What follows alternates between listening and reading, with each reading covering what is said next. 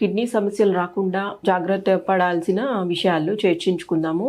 నార్మల్గా కిడ్నీ సమస్యలు రాకుండా ఉండాలి అంటే ఎక్కువగా నీరు తీసుకోవడము, అంటే సుమారుగా 2 నుంచి 3 లీటర్లు రోజువారీ తీసుకోవాల్సిందే. మరియు బార్లీ వాటర్, ఇంకా ఉల్వచారు లాంటివి తీసుకుంటూ ఉండాలి.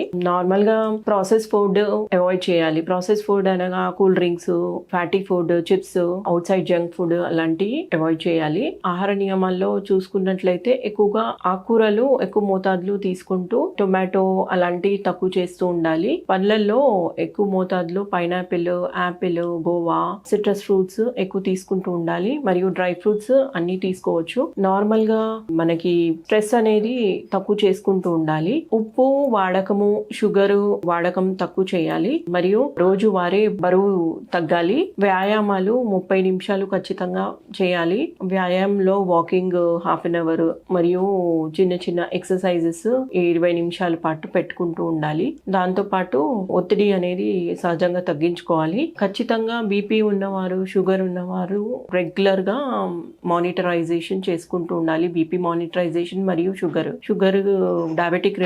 డయాబెటిక్ కిటోసిస్ ఫార్మేషన్ అవ్వకుండా షుగర్ లెవెల్ ఈజీగా చెక్ చేసుకుంటూ ఉండాలి. దాంతో పాటు యాన్యువల్ చెకప్ లో serum creatinine, blood urea, uric acid level సహజంగా చెక్ చేస్తూ ఉండాలి. ఇంకా ఐరన్ లెవెల్స్ కూడా చెక్ చేస్తూ ఉండాలి, అనమిక్ కండిషన్స్ అవ్వకుండా.